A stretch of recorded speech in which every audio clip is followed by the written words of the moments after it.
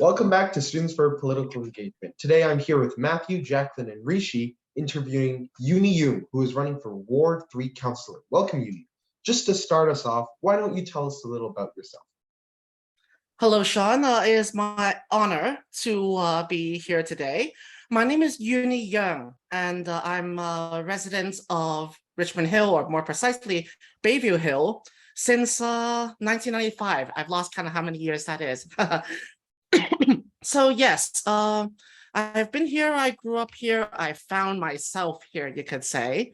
And I now want to give back to the community by being more than just my usual participation as an artist and as a promoter of tradition and culture. And rather, I want to see to it that young people our age, and perhaps younger than me, of course, would have their chance to really shine and be able to show their values and affect others in Richmond Hill. And I want to provide them the platform for doing that, whether it be in culture or that of very basic issues like livelihood and affordability, or the changing nature of our sadly, an increasingly urbanized environment, so on, so on. Great, thank you for that. So our first question has to do something with the community. So as a municipality, the financial health of the city is a very important part of its operation. So what would you do as councillor to ensure that Richmond Hill is on good financial grounds, while at the same time providing the same or even improved services? Mm-hmm. Improved services can come oftentimes with a review of how we have been doing things so far. So rather than the straightforward idea of pouring money equals better service, I believe that the first thing in order to get a better degree of service is to review how we what programming we have, how we provide it, and how funding is being spent. Those of you who are familiar with community center programming or wants to start some community programming would know that it is comparatively more difficult in Richmond Hill to start events. Because if you have, say, a group where you have participants or organizers from multiple cities, it is more difficult to rent a community center room and then start an event here to serve our local populace. So I want to see to reviewing our community center and public parks policy so that anyone who has a good idea can rent a space and then present those great ideas or services to our communities. And these kind of things are policy changes that I quote, do not really cost much. So during the last by-election, I have already noted this, and some councillors thought it would take no such thing there as no cost or no budget kind of solutions for embetterment. And I don't believe so. Some things, of course, they always take administrative fees, but they don't cost much in terms of seriously making a change by simply changing how we do things rather than having to add more content to already struggling system. Now, in terms of balancing the budget, sorry, I got a little lost track on that one just then. Right now, I'm more concerned about the affordability of our city. As you know, Richmond Hill is one of the most unaffordable places to live, with one of the highest rates of occupancy. That's why in our housing plan, we just approved of allowing further ways of subdividing our lots for more residence units. I'm quite concerned that this would cause our residents to have health and living standard issues that would be detrimental to our health and happiness in the long run. So I am more concerned about the citizens and their livelihoods more than the issue of a little Well, we cannot have an operational deficit, but in terms of building more things in order to have sustain the livelihoods and happiness of our community, that comes first. So how exactly would the well-being and livelihood of the citizens be affected by perhaps dividing up lots a bit more? Thank you. So living space is more than just simply a place to sleep or a place to clean yourself and so forth. As you can see from my last name, you can see that I come from Hong Kong, which is one of the most cramped and unfair housing markets in the world. And having taught that history at university, I make it not just my own mission, but to also want to spread the message that we, or I, do not want this kind of history to repeat on a larger scale, especially in the GTA and by extension, Richmond Hill. And are seeing more such situations where a lot of the new housing or studio apartments becoming smaller and smaller, one bedroom or one studio Airbnb units. I do not believe that such units, however affordable they may be, would be constructive to the mental and physical health of our residents in the future. At least if you want them to be productive or creative people with an aspiration for a family or some kind of enterprise in the future, I do not think that that's a conducive environment for people to thrive and grow. So people need their space. Mm-hmm. Of course. So there are, of course, many different solutions for this. So are you proposing to either halt these new developments with smaller spaces and essentially just expand Richmond Hill, or are you proposing maybe to have more middle-sized housing so that you can still accommodate for more people, but still have more space, so that instead of having a dichotomy between very, very cramped spaces and very, very open spaces, you have a lot of like medium-sized spaces? Thank you.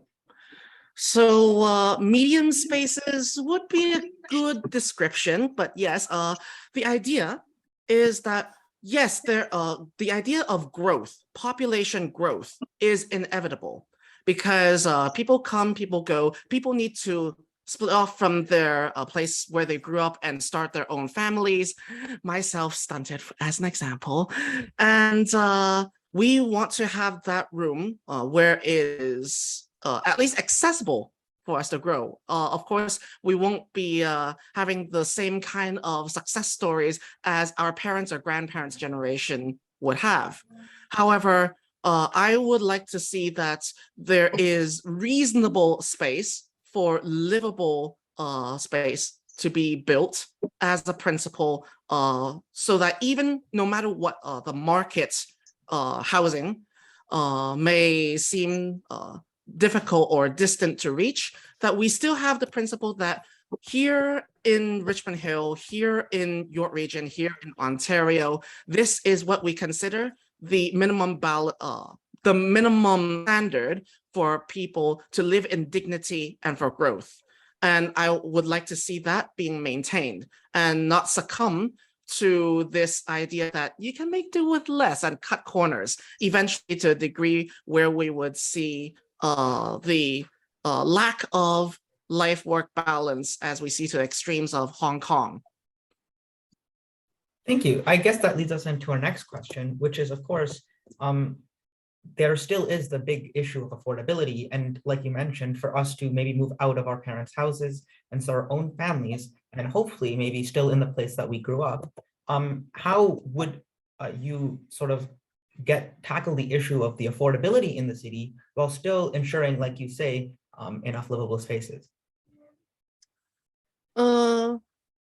Well, the market is not forever. The market is subject to adjustments over time. As we are seeing, the housing market is already cooling off. Back in the day when they were writing the housing plan, which was 2019 through 2021, the pandemic sort of threw them off a year or two. They were still on the rising trend where the houses being built were smaller and smaller. There was talk that this housing to resort to ultra dense housing, 80-floor story high rises in order to accommodate for all the people moving in. And I believe that with the further details that we're seeing, that there are corporations that are managing this housing bubble, causing our demand for and price to go up so far high. I don't think that this will last forever, and the government must have the foresight and the balanced sense of tenacity for us to see beyond current market trends. What goes up must come down, and we must plan for that future where housing needs to, life needs to go on, and we will once again have the affordability where housing will become humanly possible again. But in that process, while we're still not there, we need to push forward with ways of freezing rents and controlling property tax so that we're doing our part while we wait, or it's not actually waiting, it's inducing the conditions to cool off the housing markets.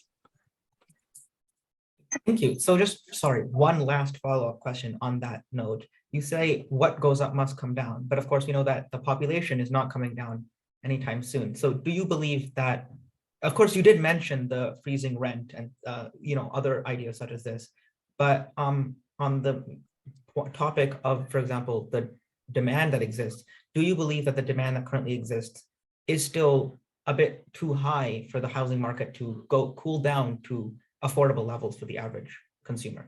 Yeah,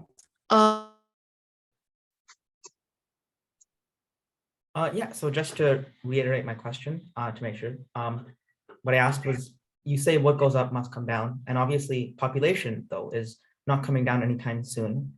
So even with you mentioned other measures such as rent freeze, but on the main topic of, I guess, the demand that exists, do you believe that the demand that currently exists is going to actually go down enough for the average consumer to be able to purchase a home without creating more development? No, I don't think that demand is coming down per se in terms of real demand. There is real demand and it will slowly continue to go up. What I am concerned about is this virtual demand or bloated demand from speculation that will come down later on as the market cools down, as we have seen already. So and of course, there's always the psychological factor of the market not wanting to enter the market because they see that the housing market conditions with the high interest rates or the unaffordability, people will retreat from the market and sort of disappear off the radar for not wanting to tread into this market, and they'll go a bit more invisible. Much like people who have given up trying to look for work at the beginning of the pandemic. But I do believe that demand will continue to steadily increase, real demand, and we must be ready for that.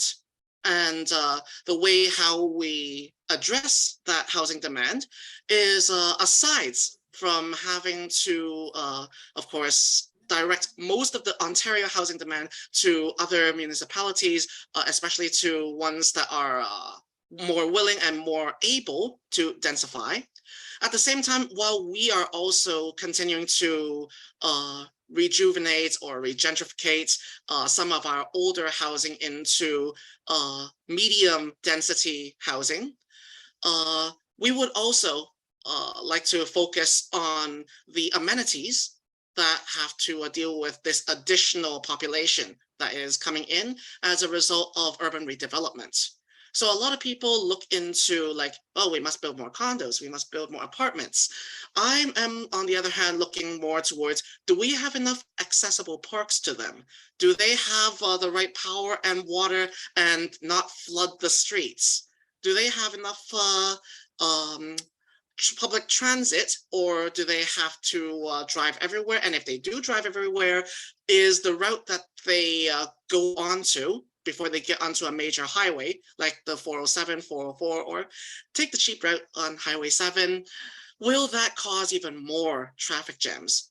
And let alone those, what happens if they want to go to school, or their kids want to go to school and they need to visit a hospital? Existing facilities, as we know, are already aging and stressed.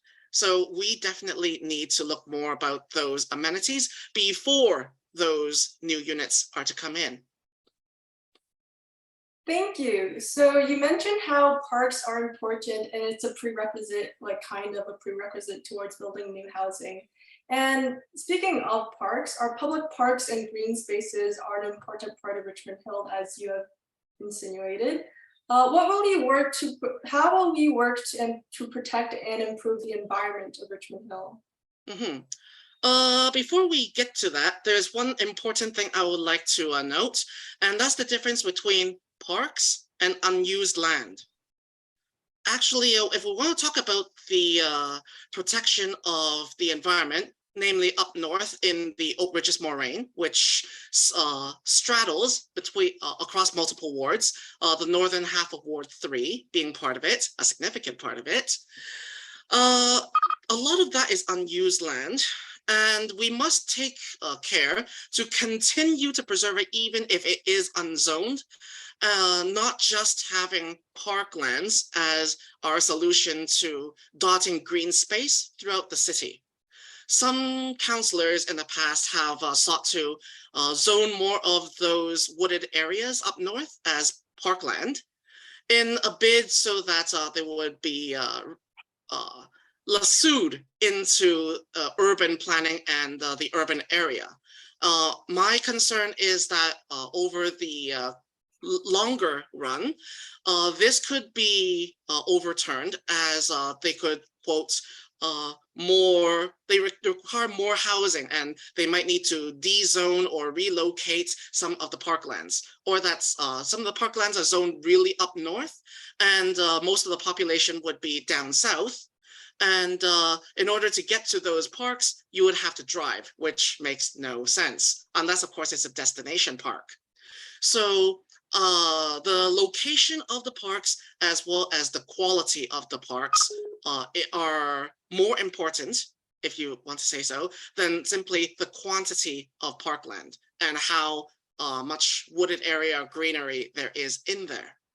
But at the same time, on the issue of life quality and parks, yes, one of my major platforms is to build on the parks and culture policy that was just passed a few months ago, I believe in May.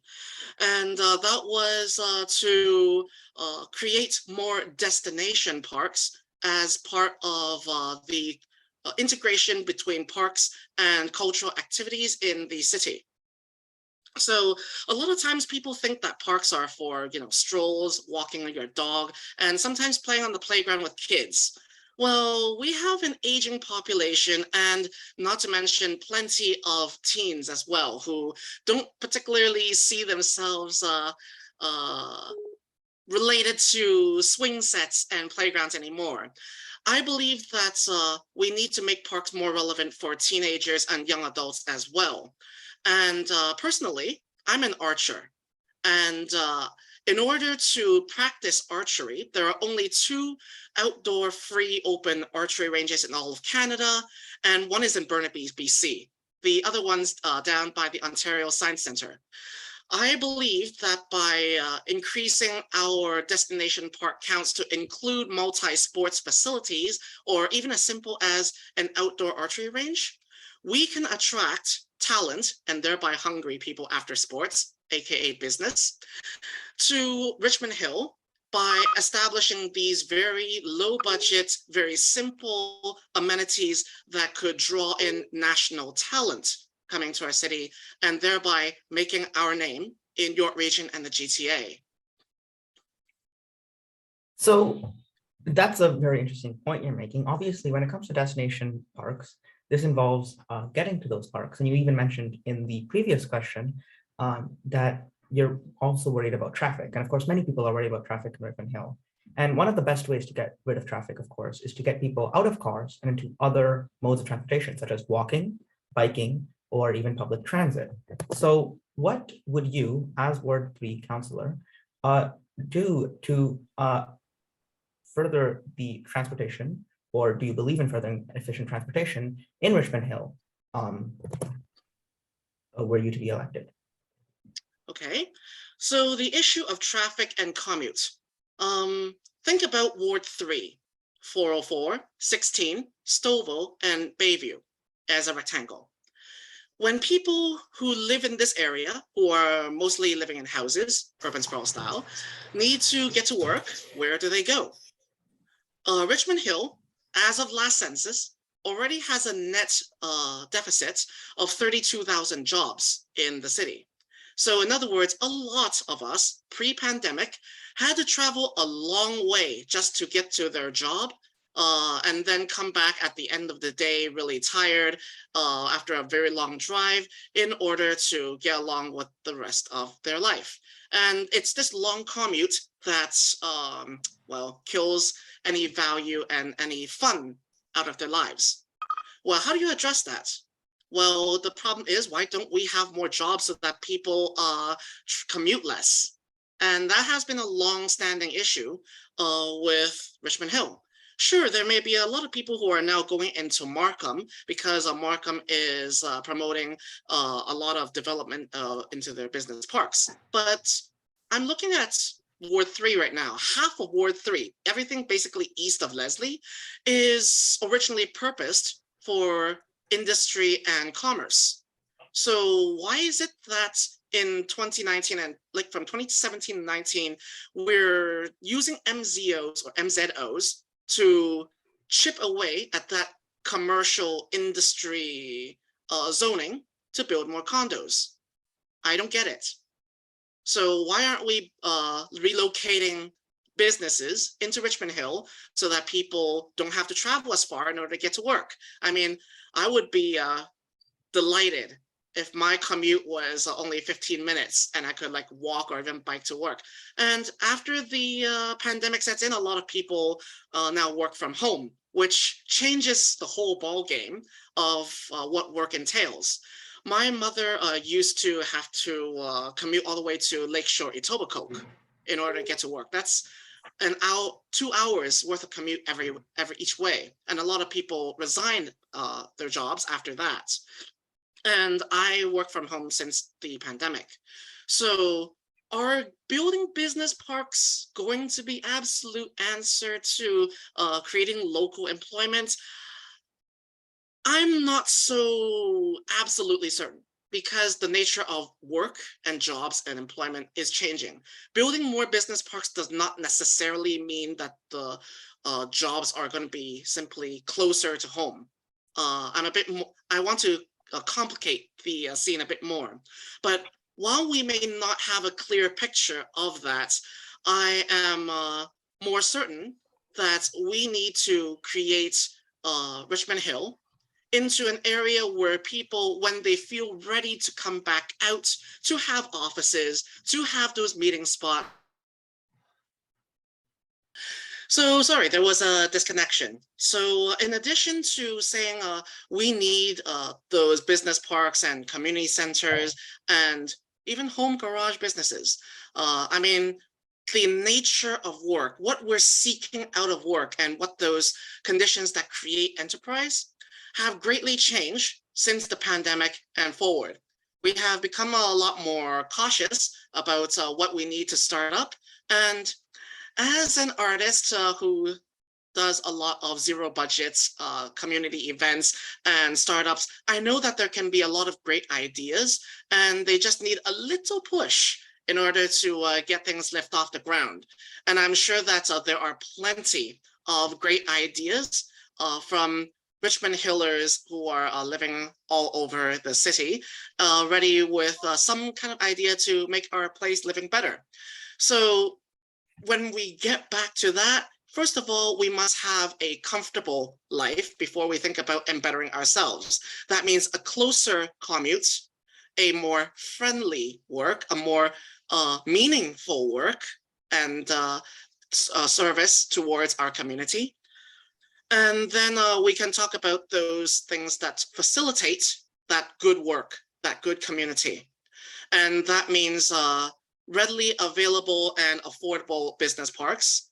If not business parks, then community centers and gathering spots. We need to make sure that even these community centers and other municipal facilities are considered like places to go for these good ideas to come to actualize, to make it happen. And I think that there's a lot of good things that can be done in order to better utilize the existing resources of Richmond Hill to create enterprise, culture, and a happier life in general.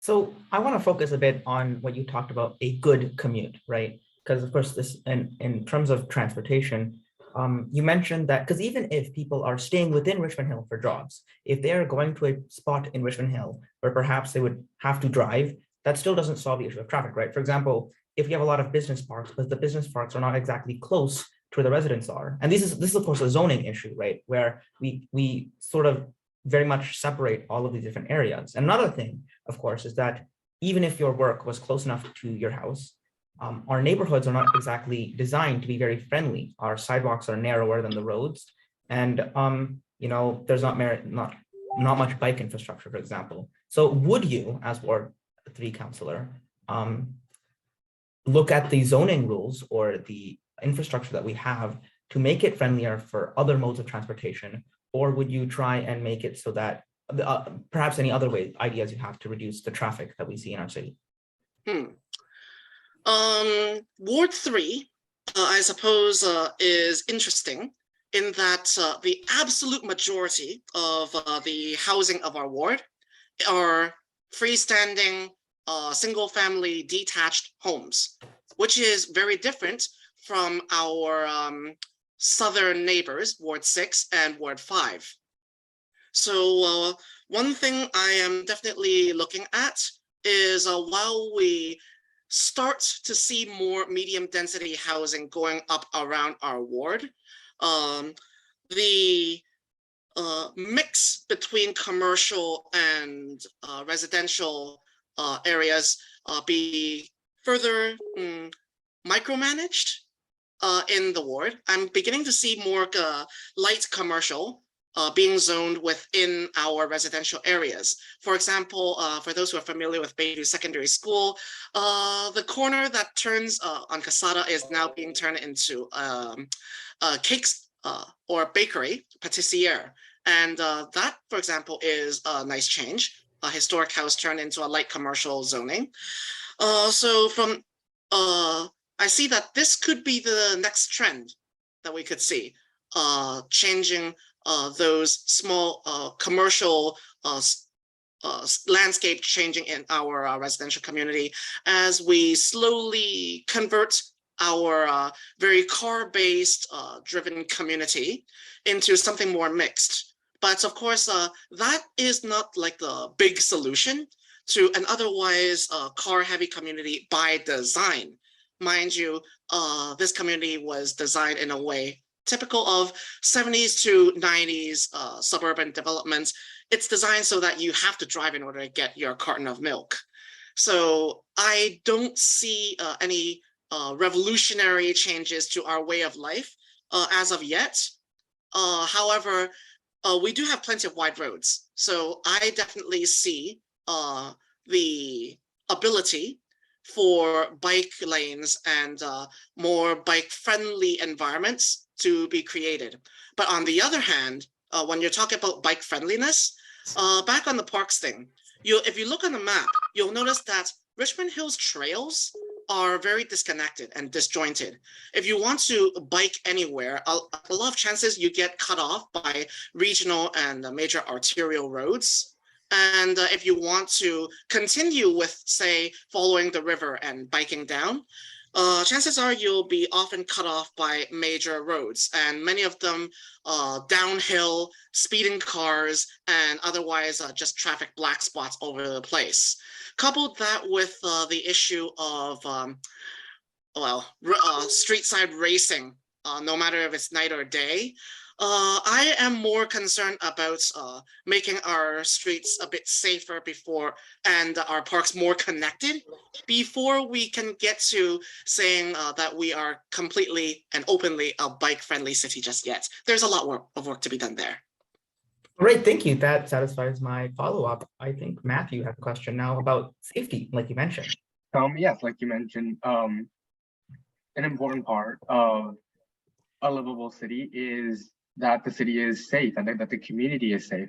So what would you do as a Ward 3 councillor to maintain and improve community safety in Richmond Hill? First of all, safety is a very iffy and ambiguous word. So I would like to try to break down like what are the issues that plague our ward right now in terms of safety. I've been going around, yes, street racing has been an issue, and that people are not following their stop signs, they're speeding way too much. And I live diagonally across from the Bayview Hill Community Center. For those that remember, around 5 or 6 years ago, probably less, there was a car speeding down at 2 or 3 p.m. in the day, right at the end of Weldrick. They didn't know it was the end of the street or something, and they had to make an emergency turn. They crashed into a tree at 70 kilometers an hour, and the driver passed away.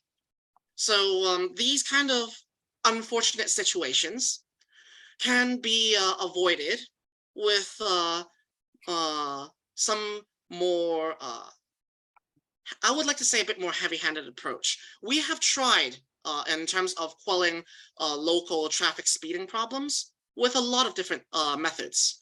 We've seen traffic bumps, we've seen safety islands, we've seen intentional narrowing of the roads, whether it's for bike lanes or not. Sometimes they're just narrowing for the sake of it.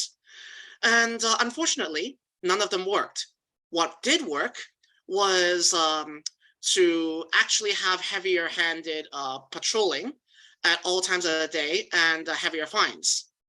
And I definitely do see that we need to continue our work in that respect, as well as community engagement and education into speeding, because a lot of times people who do speed in the local communities are from local residents. So that education and encouragements of racing elsewhere. Again, if we need to create race tracks for them, that might be something to consider about, but something to discourage local racing on the streets so that they don't have to race on the slalomy or curving kind of roads that they might find thrilling, but actually quite dangerous. Did I miss a part of your question? Remind me if you No, want. I think that was a good answer. And I think another part of community safety is crime. So I think Thank you. Yes, thank you for reminding me. I've only listed one issue, which was the speeding thing. Yes, ever since the pandemic, we've been staying in-house a lot more. That means the people are basically in-house, and burglaries have since switched to robberies. So at first we were all going like, maybe burglaries are less because you know, people stay at home, they're guarding their stuff, or just simply around the house all day.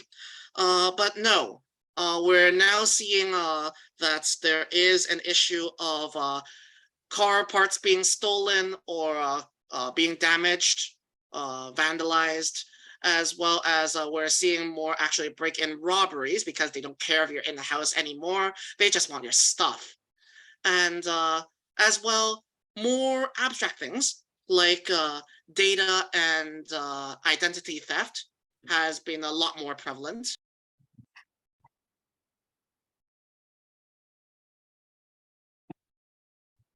Yes, sorry, I muted myself. I heard that. So that is definitely one thing that I want to take a look at. I have always been a little underwhelmed by the neighborhood watch. I see that some families only are participating in it. And given the state of our community, especially with the recent serial killings in the Maritimes, and now even more recently in the prairies, a lot of people are more skeptical or hesitant to open their doors to strangers who are coming banging on the doors. And I think that while that is indeed a legitimate concern, I'm also considering the very fundamental lesson when we were kids, teaching about neighborhood watch, is that if you are ever chased down by a stranger or something like that, one of the things we're supposed to do is press on the doorbell of every passerby and seek for help from every house. I wonder about the effectiveness of that anymore, if no one would come out and take a look. So we need to devise a new plan or devise a new community consensus so that the community can come to a more rapid response in the face of real need. That is one of my bigger concerns. Sometimes it's just more about connecting and knowing your next door neighbors and informing them what's the concern around the block, and being alert for those who are in need and able to direct them or provide safe harbor to those in need when the chance really comes. That's one of my concerns. Thank you for that answer. So our final question would be, if you were to be elected, what would be the first issue you would try to address as board councillor? Well, easy stuff first. When I say easy, I mean things that usually do not require a big budget approval stamp to go on. So as I mentioned earlier with the community policy community center room rental policy, opening it up to members of all over the city in the GTA, not just Richmond Hill groups. That is one easy thing that we can quickly change to provide a start to opening up Richmond Hill to more business, that means commercial or non-governmental, non-profit activity.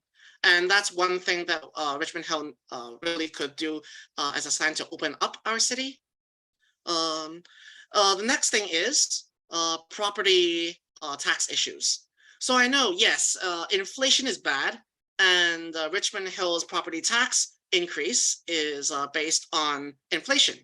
Well, in past years, that would have been fine, but except this year, inflation, well, the Bank of Canada is raising their interest rates as Hong Kongers would say, like they would be eating lettuce. In other words, they're eating their words every day. I am concerned about how credible or how supportive to residents it really is when it comes to keeping our property tax increase within inflation limits. So I would definitely seek with other councillors for a way to put a rent and property freeze. That's another big thing I'm looking towards. That's one of my priorities that I learned from residents and I want to make a difference in. Then we can start talking about things like destination parks and reviewing our cultural and parks policy, etc., as well as other burning issues. Don't know if you've been following the recent talks about the municipal stormwater issue. So issues like public works and you were saying population density. A lot of people in the north are now getting hit with new costs and taxes that don't really relate to them because they were sort of affected by the changes in the governance and policy of Richmond Hill as it continues to urbanize and densify. So, for example, now everyone in Richmond Hill has to pay the stormwater costs, whether they're connected to a network or not. And I want to, well, some councillors are saying that people who are not connected to a network should be exempt. Yes, I'm right now positive or looking to agree on that, but I see the root of the issue there as growing pains. We're trying to urbanize, we're trying to densify Richmond Hill in our southern parts. And the problem is that the region is making it more expensive, or they're downloading the newfound inflation pressures on infrastructure building onto us. And as a result, we have to balance the books, and in that case, punishing those who are not involved. So I'm definitely looking to pressure the region and the province with other councillors to basically seek justice for this issue. That the pains of urban sprawl that is sometimes forcefully demanded to us from the province be pushed back to them, because really it should not punish those who are really the victims of enforced densification, enforced urban sprawl, enforced development to those who are being pushed out. All right, thank you for that answer. That concludes our interview. Thank you for showing up, taking time in your day to talk to us. It's greatly appreciated, and we wish you all the best. Thank you very much to Matthew, Sean, Rishi, and Jacqueline for your very inquisitive and creative questions. And let's hope that we together can build a nicer and friendlier, more creative Richmond Hill. Thank you. And that is what we aim to do here at Students for Political Engagement. Okay, yes, thank you very much.